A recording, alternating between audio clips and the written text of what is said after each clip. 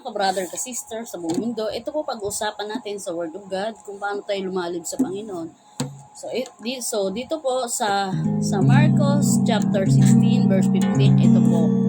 At sinabi niya sa kanila, "Pumayo kayo sa buong sanlibutan at ipangaral ang ebanghelyo sa lahat ng nilalang." Magbibigay po ako ng halimbawa, mga ka-brother, ka-sister. Halimbawa, ito po. Ang utos na ito ay nagpapakita na ang pangangaral ng Diyos ay hindi lamang para sa mga piniling tao. Take note, ang pangangaral po ng salita ng Panginoon ay hindi lamang po sa mga piniling tao, hindi para sa lahat ng tao sa buong mundo. So meaning to say, mga ka-brother, ka-sister, no? Minsan kasi kapag tayo, no, yung pag Christian tayo, di ba, parati sinasabi ng mga tao pa nagkakamali tayo. Ay, Christian ka pa man din, so hindi tayo pwede magkamali. Okay lang yun kung nakakanin tayo negative, which is normal pa po yun.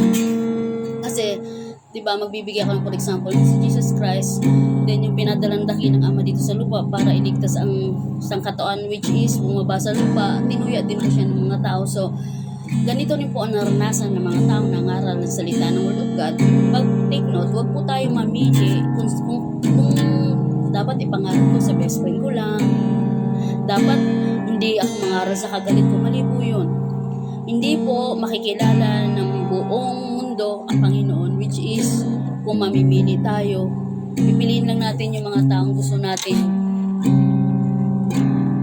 Yung gusto lang natin mag-share ng gospel. Hindi po dapat ang pangangaral ng salita ng Panginoon, which is para po sa lahat ng tao. Yun lang po. Tapos dagdag ko na rin po, no, sa mga taong nagnanais na lumalim pa po sa spiritual, message nyo po ako sa messenger, and may ano po kami, may cell group po kami, which is dito po na kung saan lumalalim before na lumalalim po yung pagkakilala natin sa Panginoon, which is may leader po dito.